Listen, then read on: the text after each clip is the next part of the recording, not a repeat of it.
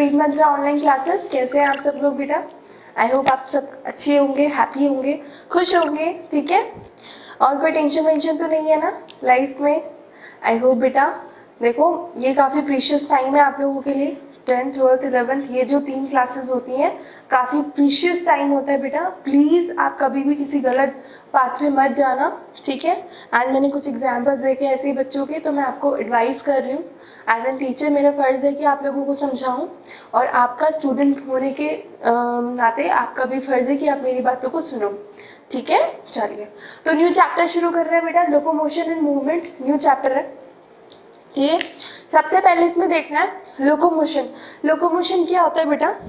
It is a voluntary movement. ये कैसा movement है? वॉलेंट्री मूवमेंट है of an individual from one place to another place, walking, running, climbing, all are the example of locomotion.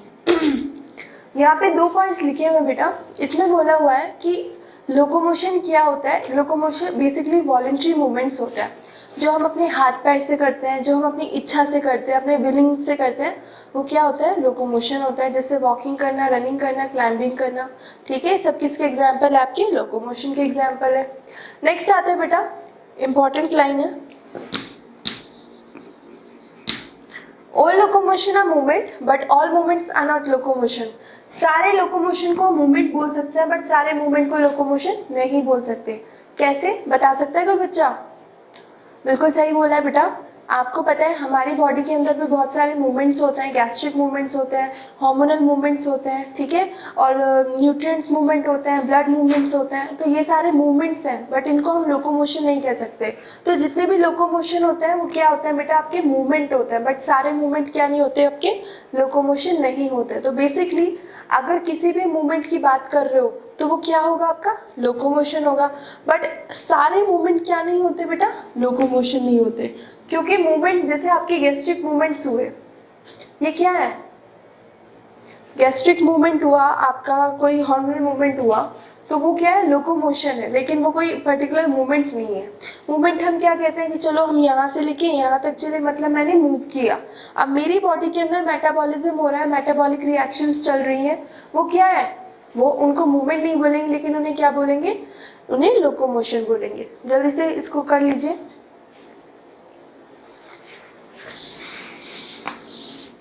Next आता है बेटा, अब 3 type के movement होते हैं, अमीबॉइड, सिलियरी एंड मस्कुलर। कितने टाइप के होते हैं? 3 टाइप के होते हैं, अमीबॉइड, सिलियरी एंड मस्कुलर, ठीक है। आपको पता है कि मैक्रोफेजेस और ल्यूकोसाइट्स जो हैं ये ब्लड एग्जिबिट्स में क्या करते हैं? आपके अमीबॉइड मूवमेंट्स को कंडक्ट करते हैं। बेसिकली ल्यूकोसाइट्स हो गए, मैक्रोफेजेस जैसे प्लेटलेट्स हो गया, ये सब हो गए, ये क्या करते हैं बेटा? अमीबॉइड मूवमेंट्स कैरिड आउट करते हैं, ठीक है। दूसरा आपका सिलियरी मूवमेंट्स आपके ट्रैकिया में होता है या फिर फेलोपियन ट्यूब में होता है। जब आपको पर्टिकुलर गैमेट को आगे भेजना होता है तो कैसे मूवमेंट्स हो रहे हैं बेटा? आपके सिलियरी मूवमेंट्स हो रहे हैं। ईसोफेगस में पेरिस्टलाइसिस हो रहा है, दैट मीन्स कौन सा मूवमेंट हो रहा है? सिलियरी मूवमेंट हो रहा है। नेक्स्ट है बेटा, जैसे आपके लिम्स के मूवमेंट हुए, टंग का मूवमेंट हुआ, जॉस का मूवमेंट हुआ, ये आपके मस्कुलर मूवमेंट्स हुए क्योंकि आपने विलिंग से किए, इसमें आपके मसल्स का यूज हुआ, तो कैसे मूवमेंट हुए? मस्कुलर मूवमेंट हुआ। जल्दी से लिख लीजिए बेटा, एग्जाम्पल्स लर्न कर लेना, ठीक है। आगे आते हैं मसल्स। मसल्स क्या होती है? Muscles are the specialised tissue of mesodermal origin. आपको मैंने पढ़ाया था डिप्लोब्लास्टिक, ट्रिप्लोब्लास्टिक पढ़ाया था, एक्टोडर्म, एंडोडर्म, मेसोडर्म, सबको याद है। मेसोडर्म कहाँ होती है? बीच में होती है, एक्टो एंडो के। तो मसल्स कैसे किससे बने हैं बेटा? मेसोडर्मली ओरिजिनेट होता है, याद रखना है इसको। मसल्स कैसे बनते हैं? मेसोडर्मल ओरिजिन से बनते हैं। इंपॉर्टेंट चीज़ है बेटा, यहाँ पे आपको पता है कि मसल्स के अंदर कुछ प्रॉपर्टी होती है, वो एक्साइट हो सकते हैं, मतलब एक्साइटेबिलिटी शो करता है, कॉन्ट्रैक्टिबिलिटी शो करता है, इलास्टिसिटी शो करते हैं और एक्सटेंसिबिलिटी शो करता है। तो ये चारों प्रॉपर्टीज है जो मसल्स शो करते हैं। आपको पता है कि मसल्स अपने अकॉर्डिंग कॉन्ट्रैक्ट रिलैक्स कर सकते हैं। तो मसल्स बेसिकली क्या होंगे बेटा? मस्कुलर मूवमेंट्स को कैरिड आउट करते हैं एंड कहाँ से ओरिजिनेट होता है? आपके मेसोडर्मली रियाज होता है, ठीक है। एक्टो से, एंडो से, मेसो से कौन कौन से होते हैं? आपने पढ़ा है कि मेसो से क्या होता है? मसल्स होते हैं, याद रहेगा। चलिए आगे चलते हैं। अब 3 टाइप की मसल्स की बात करेंगे यहाँ पे, skeletal muscles, visceral muscles and cardiac muscles. देखो नाम से ही पता चल रहा है, स्केलेटल मसल्स वो मसल्स जो किससे एसोसिएट हो? हमारे स्केलेटन से। वो मसल्स होती है स्केलेटल मसल्स। विस्ट्रल मसल्स वो मसल्स जो हमारे विस्ट्रल ऑर्गन से एसोसिएट होता है, जैसे हमारे फेलोपियन ट्यूब से, हमारे लिवर से, किडनी से, विस्ट्रल ऑर्गन जितने भी हैं उनसे ओरिजिनेट होता है, उनसे एसोसिएट होता है, उनको मसल्स को क्या कहते हैं, विस्ट्रल मसल्स। कार्डियक मसल्स कहाँ देखी जाती है बेटा? कार्डियक मसल्स आपकी हार्ट में देखी जाती है। आपको पता है अगर आपको हार्ट फेलियर हो गया तो आपकी मसल्स डैमेज हो जाती है, हार्ट अटैक हो गया तब भी मसल्स डैमेज होती है। तो बेसिकली क्या है, आपकी हार्ट में जो मसल्स होती है वो कौन सी मसल्स होती है? आपकी कार्डियक मसल्स होती है। अब इम्पॉर्टेंट चीज यहाँ पे ये याद करने की है बेटा, एक मसल बंडल, सपोज करो हमने अपनी स्किन के अंदर से एक मसल बंडल को निकाला है, तो एक मसल बंडल किससे बनता है? बहुत सारी मसल फाइबर के मिलने से। सपोज करो this is your muscle bundle, तो यहाँ पे बहुत सारी मसल फाइबर लगी होंगी, तो मसल फाइबर आपकी कोलैबोरेट होके क्या बनाती है बेटा? आपकी मसल बंडल। याद रखिएगा इसको, वेरी इंपॉर्टेंट लाइन है बेटा। नेक्स्ट है, जैसे आपको पता है कि हर सेल के अंदर क्या होता है, आपको पता है साइटोप्लाज्मा होगा, फिर बाहर क्या होगा, सेल मेम्ब्रेन होगा। ऐसे ही मसल फाइबर भी क्या होता है बेटा? Lined by the plasma membrane, plasma membrane से लाइंड अप होते हैं, जिसको हम क्या कहते हैं? सार्कोलेमा। और उसके अंदर की फ्लूइड को हम कहते हैं सार्कोप्लाज्म। क्या कहते हैं? सार्कोप्लाज्म। तो इंपॉर्टेंट चीज है, ऐसे याद कर लेना, जैसे सेल की आउटर कवरिंग क्या है बेटा? एनिमल सेल की सेल वॉल या सेल मेम्ब्रेन, बता सकता है कोई? Very good. आपको पता है प्लांट सेल के अंदर आउटर कवरिंग किसकी है? सेल वॉल की है। और एनिमल सेल के अंदर किसकी होती है? सेल मेम्ब्रेन की होती है। तो बेसिकली सेल मेम्ब्रेन होती है, प्लाज्मा मेम्ब्रेन होती है, ऐसे ही मसल फाइबर प्लाज्मा मेम्ब्रेन से इनक्लोज होती है, जिसको हम सार्कोलेमा कहते हैं, और उसके फ्लूइड को क्या कहते हैं बेटा? Sarcoplasm. Partially arranged myofibrils are present in muscle bundles having alternate light and dark bands. अब myofibrils यानी कि मसल फाइबर जो होंगे वो कैसी होती है? एक दूसरे से ओवरलैप्ड होती है, लेकिन याद रखना बेटा कंप्लीटली ओवरलैप्ड नहीं होती। कैसी ओवरलैप्ड होती है? पार्शियली ओवरलैप्ड होती है, आधी अधूरी ओवरलैप्ड होती है। इनमें आपको ऑल्टरनेट क्या मिलेंगे? ऑल्टरनेट लाइट बैंड्स और डार्क बैंड्स मिलेंगे due to presence of protein, actin and myosin. किसकी प्रेजेंस में? प्रोटीन, एक्टिन की वजह से और मायोसिन की वजह से। तो this is a very important line here बेटा। सबसे पहले आपको ये याद करना है कि मायोफिब्रिल्स जो होता है वो पार्शियली ओवरलैप्ड होते हैं। पार्शियली ओवरलैप्ड क्यों होता है? क्योंकि उसमें ऑल्टरनेट लाइट बैंड और डार्क बैंड देखने को मिलते हैं, इसलिए हमें पता चलता है कि पार्शियली ओवरलैप्ड है। Due to presence of protein, दो टाइप की प्रोटीन यहाँ पे मिल रही है बेटा। कौन कौन सी? जल्दी से बताइए। एक्टिन और मायोसिन, जल्दी से नोट डाउन कर लीजिए। अब देखिए इंपॉर्टेंट है बेटा, अभी हमने दो बैंड्स के बारे में पढ़ा, लाइट बैंड और डार्क बैंड। इससे हमें पता चला कि मायोफिब्रिल जो है वो पार्शियली ओवरलैप्ड है। ठीक है, आपको समझना पड़ेगा जो लाइट बैंड्स होती हैं बेटा वो किससे बनती है? आपकी वो एक्टिन से बनती है। किससे बनती है? एक्टिन से बनती है। ठीक है, लाइट बैंड के अंदर कौन सी प्रोटीन है? एक्टिन प्रोटीन है, और उसको हम आई बैंड यानी कि आइसोट्रॉपिक बैंड भी कहते हैं। इंपॉर्टेंट लाइन, लाइट बैंड्स में कौन सी प्रोटीन है? एक्टिन प्रोटीन है, इसीलिए हम उसको क्या कह रहे हैं? आई बैंड यानी कि आइसोट्रॉपिक बैंड। डार्क बैंड्स के अंदर कौन सी प्रोटीन है बेटा? मायोसिन, इसीलिए हम उसे क्या कह रहे हैं? ए बैंड यानी कि anisotropic band. Both are present in parallel fashion. कैसे प्रेजेंट होती है? पैरेलल फैशन है। सपोज करो ये एक्टिन वाली है, फिर आपकी मायोसिन वाली होगी, फिर एक्टिन, फिर मायोसिन, और दोनों क्या होगी बेटा? ओवरलैप्ड होगी। कैसी? कंप्लीटली या पार्शियली? पार्शियली ओवरलैप्ड होगी। तो लिख लीजिए, काफी इंपॉर्टेंट है बेटा।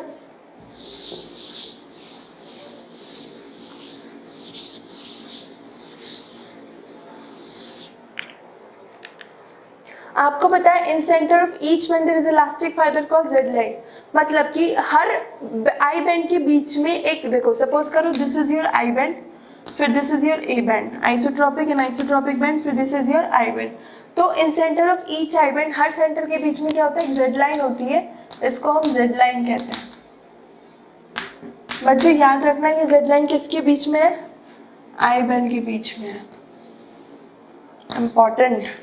इन the middle of A band is thin fibrous M line. अब आई बैंड के बीच में क्या पाई जा रही है? जेड लाइन पाई जा रही है। लिख लेते हैं, आई बैंड के मिडिल में क्या पाई जा रही है? Z, और ए बैंड के मिडिल में क्या पाई जा रही है? M। तो I किससे कोरिलेट कर रहा है? Z से, और ए किससे कोरिलेट कर रहा है, एम से, याद रखना। The portion of myofibrils between two successive Z line is the functional unit of contraction called the sarcomere. अब बच्चों दो जेड लाइन के बीच में जो कॉन्ट्रैक्शन यूनिट होती है उसको हम क्या कहते हैं, सार्कोमियर कहते हैं। क्या कहते हैं, सार्कोमियर। सिंपल सी बात है, कोई कंफ्यूज होने की जरूरत नहीं है। आई बेंड के सेंटर पे कौन सी पाई जा रही है, जेड लाइन। ए बेंड के सेंटर पे कौन सी पाई जा रही है, एम लाइन। दो जो आपकी जेड लाइन के बीच में जो कॉन्ट्रैक्शनल और फंक्शनल यूनिट है उसको क्या कहते हैं, सार्कोमियर। याद रखना बेटा। चलिए आगे चलते हैं। एट रेस्टिंग स्टेज, अब क्या हो गया, मसल्स रेस्टिंग स्टेज पर है। At resting stage thin filament overlaps the thick filament. जब रेस्टिंग स्टेज होती है थिन फिलामेंट ओवरलैप कर देता है थिक फिलामेंट को। The part of thick filament not overlapped is called the H zone. और वो हिस्सा जो ओवरलैप्ड नहीं होता उसको क्या कहते हैं, एज जोन कहते हैं। आपको पता है बेटा क्या होता है, ओवरलैपिंग हमेशा पार्शियल वे में होंगी, नॉट कंप्लीट वे में। रेस्टिंग स्टेज पे क्या होगा बेटा, आपके थिन फिलामेंट थिक फिलामेंट को ओवरलैप कर देंगे, ठीक है, लेकिन कुछ पोर्शन जो है ओवरलैप्ड नहीं होगा, उसको हम कहेंगे एच जोन। लिख लीजिए जल्दी से, क्वेश्चन आता है एग्जाम के अंदर कि एच जोन क्या होती है, लिखिए जल्दी से।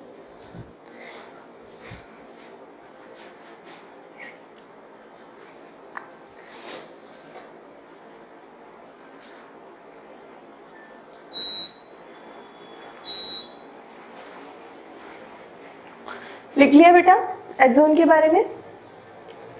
चलिए नेक्स्ट आते हैं, स्ट्रक्चर ऑफ कॉन्ट्रैक्टाइल प्रोटीन। अब कॉन्ट्रैक्टाइल प्रोटीन के बारे में पढ़ेंगे हम, क्या होता है। ईच थिन फिलामेंट यानी कि एक्टिन, आपको बस ये याद रखना है थिन फिलामेंट कौन सा है, एक्टिन है। थिक फिलामेंट कौन सा है, मायोसिन वाला है, जो मायोसिन प्रोटीन से बना है। तो हर थिन फिलामेंट यानी कि एक्टिन प्रोटीन की बात कर रहे हैं, is made up of 2 F actins helically bound to each other. अब आपकी ये देखिए, एक एक्टिन क्या किससे बना है बेटा, 2F फिलामेंटस यूनिट से बना है, ठीक है। हेलिकली बाउंड होते हैं एक दूसरे के, मतलब इस फैशन में होते हैं। आप देखा ना रस्सी, जब रस्सी को खोलते हैं तो 2 रस्सी निकलती है, ऐसे क्या होता है बेटा, आपकी जो एक्टिन प्रोटीन होती है वो कैसे बनी होती है, यानी कि आपका जो थिन फिलामेंट होता है वो कैसे बनता है, उसमें 2 फिलामेंटियस एक्टिन यूनिट होती है जिससे वो बाउंड अप होता है, हेलिकली बाउंड अप होता है। चलिए आगे चलते हैं। आपको पता है 2 फिलामेंट्स ऑफ अनदर प्रोटीन, आप यहाँ पे इन्हीं फिलामेंट्स के साथ दूसरी प्रोटीन भी चलेगी। सपोज करो ये फिलामेंटस प्रोटीन है, यहाँ पे आपकी ट्रोपोमाइसिन भी रन करती है ऐसे इन्हीं के साथ, ठीक है। 2 filaments of another protein tropomyosin run close to it, इनके बहुत ज्यादा क्लोज जाती है बेटा। A complex protein troponin is distributed at regular interval. Troponin कहीं कहीं पे पाई जाएगी, सपोज करो ये कोई फिलामेंटस यूनिट है, यहाँ पे पाई जाएगी, यहाँ पे पाई जाएगी, यहाँ पे। वो क्या होती है बेटा, पैरेलल होती है लेकिन कंटिन्यूअस नहीं होती, डिसकंटिन्यूअस वे में एट रेगुलर इंटरवल्स पाई जाती है। कौन सी, देखो कंफ्यूज मत हो, सिंपल सी बात है। अगर एक एक्टिन को बनाना है तो 2 फिलामेंटस एक्टिन की यूनिट की जरूरत पड़ेगी, फिर वहाँ पे ट्रोपोमाइसिन्स भी हेलिकली बाउंड उन्हीं के पैरेलल चलेगी, लेकिन ट्रोपोनिन जो है वो रेगुलर इंटरवल पे मिलेगी। डायग्राम बना हुआ है एनसीईआरटी के अंदर। चलिए आगे बढ़ते हैं, अब मायोसिन के बारे में पढ़ लेते हैं। एक मायोसिन फिलामेंट जो होता है बेटा वो किससे बना होता है, मेरोमाइसिन से। एक हेड है, एक टेल है बेटा, आपको पता है।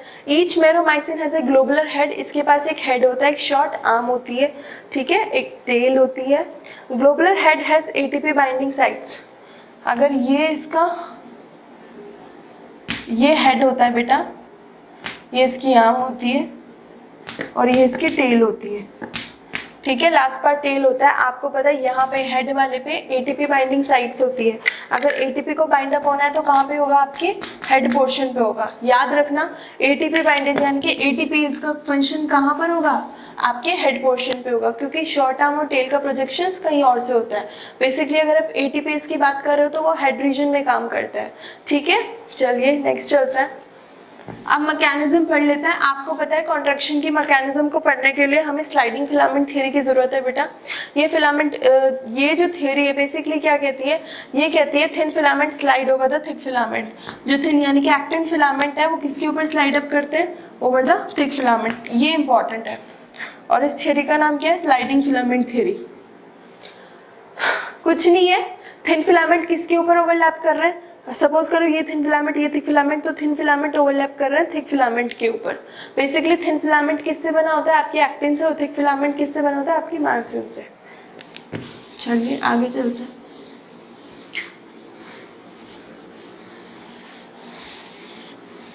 यहाँ पे देखिए मसल कॉन्ट्रैक्शन जो है बेटा स्टार्ट होता है by the signal send by the CNS by the motor neuron. Central nervous system जो है वो अपने सिग्नल को भेजेगा, ठीक है, किसके थ्रू? आपकी मोटर न्यूरॉन के थ्रू। हमने न्यूरल कंट्रोल एंड कोऑर्डिनेशन में पढ़ा है motor area, sensory area, neuron area क्या होता है। This causes the release of calcium ion from the sarcoplasmic reticulum. इसी की वजह से क्या होता है, यहाँ पे कैल्शियम आयन को रिलीज किया जाता है सार्कोप्लाज्मिक रेटिकुलम से। जैसे सेल के अंदर एंडोप्लाज्मिक रेटिकुलम होता है, ऐसे ही सार्कोप्लाज्म के अंदर क्या होता है? सार्कोप्लाज्मिक रेटिकुलम, जो क्या रिलीज करता है बेटा? आपके कैल्शियम आयन। अब कैल्शियम आयन क्या कर देंगे? कैल्शियम आयन एक्टिवेट कर देते हैं एक्टिन के फंक्शन को, जो किससे बाइंड अप हो जाती है? मायोसिन के हेड से, और क्या बना देती है? Cross bridge. मैंने आपको अभी बताया कि जो मायोसिन है बेटा, जो मेरोमायोसिन्स है, आपको पता है कि उसके ऊपर एक एटीपीएस का फंक्शन होता है। एटीपी बाइंडिंग साइट्स होती है। बेसिकली कहाँ पर होती है वो साइट्स? एटीपी बाइंडिंग साइट्स आपके हेड पोर्शन पे होती है। तो यहाँ पर क्या होगा? कैल्शियम आयन की मदद से एक्टिन फिलामेंट जो है वो क्या हो जाएंगे? एक्टिवेट हो जाएंगे, और वो किससे क्रॉस ब्रिज बना लेंगे? एटीपीएस से, यानी कि हेड से। चलिए, this cross bridge pull the actin filament causing them to slide over. इस क्रॉस ब्रिज बनने की मदद से क्रॉस ब्रिज बन चुका है, और क्रॉस ब्रिज खींचेगा, पुल अप करेगा एक्टिन फिलामेंट को, जिससे क्या होगा बेटा? स्लाइडिंग होगी। किसके ऊपर? मायोसिन्स की। बेसिकली हमने पढ़ा तो है ना कि स्लाइडिंग फिलामेंट थ्योरी क्या होती है? जब एक्टिन फिलामेंट किसके ऊपर ओवरलैप करता है? मायोसिन के ऊपर। तो यहाँ पे क्या हो रहा है? आपके एक्टिन जो हो रहा है स्लाइड अप कर रहा है किसके ऊपर? मायोसिन के ऊपर। Filament and thereby causing contraction, और इससे क्या हो जाएगा बेटा? कॉन्ट्रैक्शन हो जाएगा, मसल में वर्क हो जाएगा। जल्दी से इसको नोट डाउन कीजिए। हो गया कंप्लीट? चलिए नेक्स्ट आते हैं बेटा स्केलेटल सिस्टम के बारे में पढ़ते हैं। आपको पता है एक्सियल स्केलेटन में आपका स्कल आता है, आपका वर्टिब्रल कॉलम आता है, स्टर्नम आता है, और आपकी रिब्स आती है। दो टाइप के स्केलेटन है, एक तो एक्सियल स्केलेटन जिसमें हम एक्सिस की बात करते हैं, एक होता है पेंडिकुलर स्केलेटन। अब आपको पता है बेटा स्कल की बात करें, स्कल बोन में 22 बोन्स होती हैं, जिसमें दो टाइप की बोन्स होती है, क्रेनियल, एक फेशियल। ठीक है, क्रेनियल बोन्स सारी होती है, फेशियल बोन्स आगे की तरफ होती है। तो क्रेनियल बोन्स कितनी होती है? 8 होती है नंबर में, जो क्या बनाती है? आपका क्रेनियम वाला हिस्सा बनाती है। याद रखना, skull bones are 22 in number. It comprises of cranial and facial bones. Cranial bones are 80 number and facial bones are 14 in number. All right? चलिए, हायोइड बोन होती है बेटा एक यू शेप की यहाँ पे, जिससे आपकी नेक और हेड पोर्शन कनेक्ट होता है, जो आपको क्या करता है? बक्कल कैविटी का बेस भी होता है। जल्दी से नोट डाउन करिए इसको, बहुत इंपॉर्टेंट है। हायोइड बोन के बारे में पूछ लेते हैं, क्या होता है इसका काम। एग्जामिनर पूछ सकता है आपसे वाइवा में, याद रखना बेटा। चलिए, अब मिडिल ईयर बोन की आप बात करें, आपको पता है 3 टाइप की बोन होती है। मैलिस इनकस्टेप्स जो चेन लाइक फैशन में प्रेजेंट होती है, अभी हम लोग ईयर की स्टडी करेंगे तो वहाँ पे अच्छे से देखेंगे बेटा। और इनको क्या कहते हैं? ईयर ऑसिकल्स कहते हैं। क्या कहते हैं? Ear ossicles.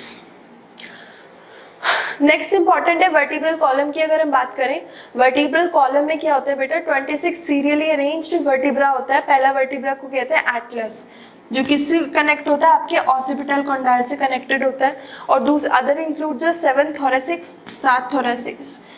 7 सर्वाइकल, 12, याद रखना 7, 12, 5, 1, 1। इससे ऐसे याद कर लीजिए इसको, 7, 12, 5, 1, 1 कन्फ्यूजन हो जाती है बच्चों।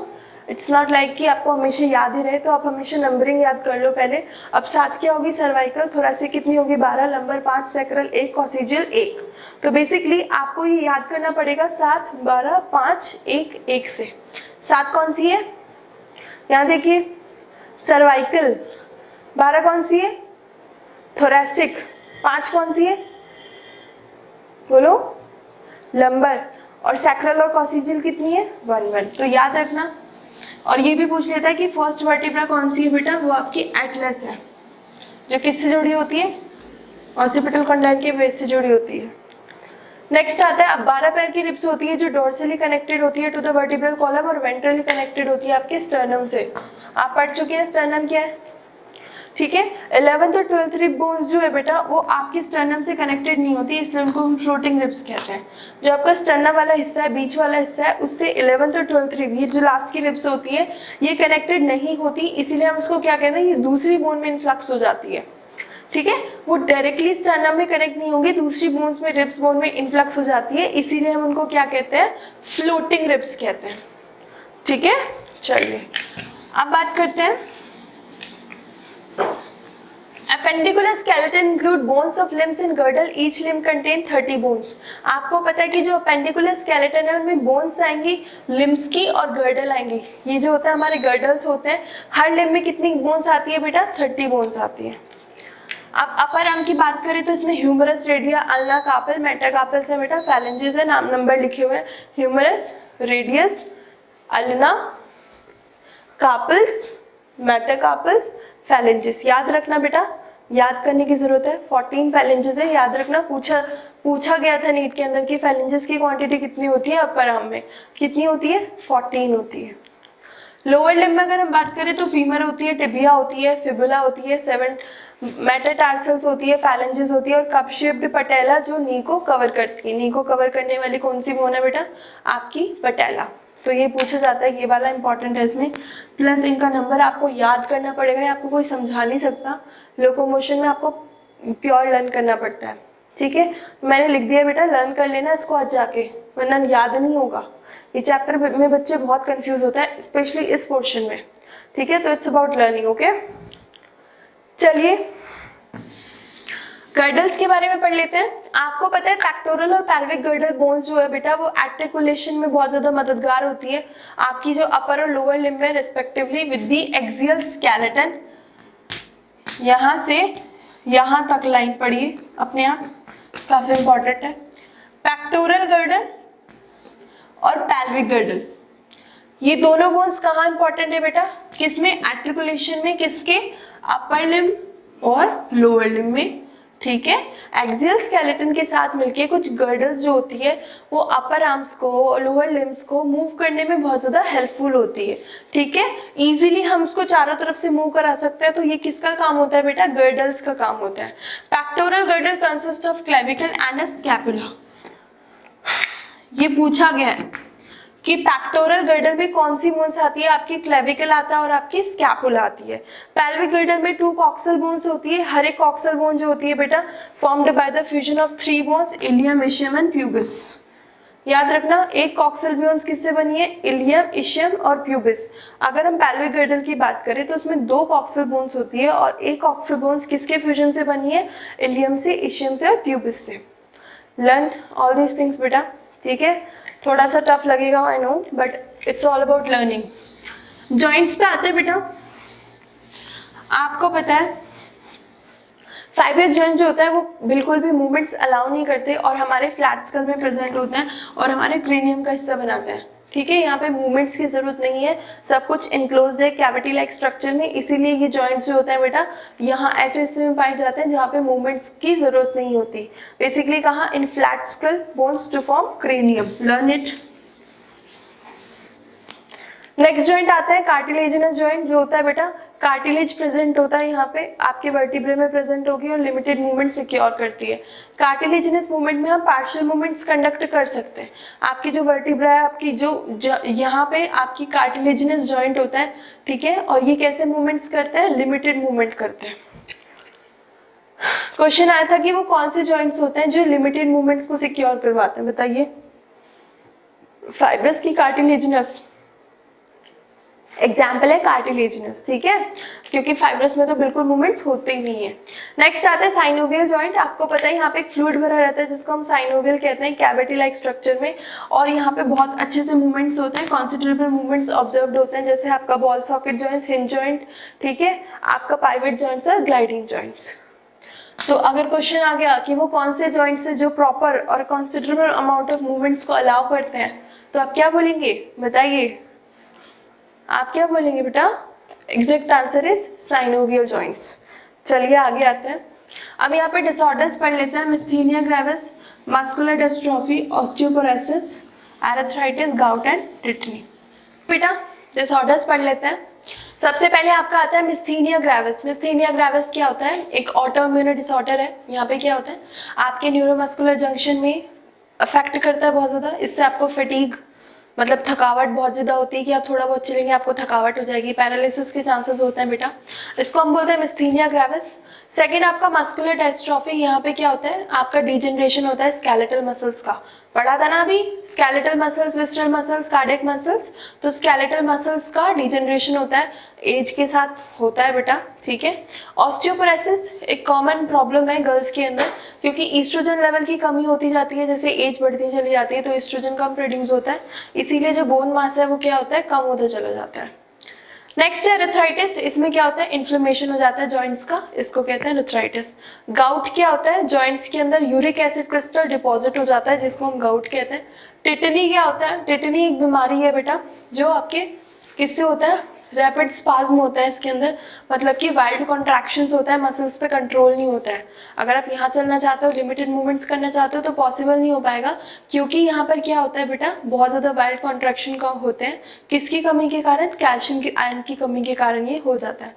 तो बेसिकली ये डिसऑर्डर्स हमने पढ़े, ठीक है। एंड बेटा due to lack of time हमें ये बहुत जल्दी कवर करना पड़ा। आई होप आपको समझ में आया होगा। मैंने सारी नेसेसरी चीज़ें नोट्स में लिखी हैं, एक बार आप नोट्स पढ़ लोगे तो आपको ज़्यादा अच्छे से समझ में आ जाएगा।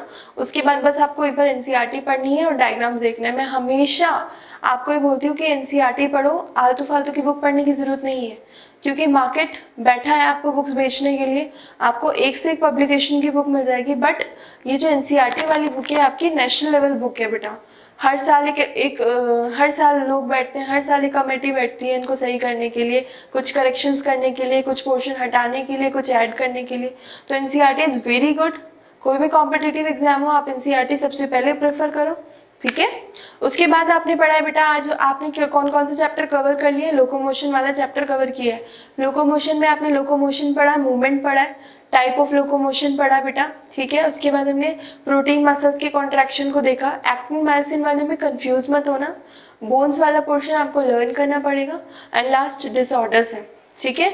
और जॉइंट्स भी अच्छे से लर्न कर लीजिएगा, कंफ्यूज मत हो जाइएगा, ठीक है। चलिए बेटा पढ़ते रहिए, होमवर्क यही है, जाके पढ़ना है, सारे डायग्राम्स लर्न करने हैं और ऐसे ही मुस्कुराते रहिए हमेशा।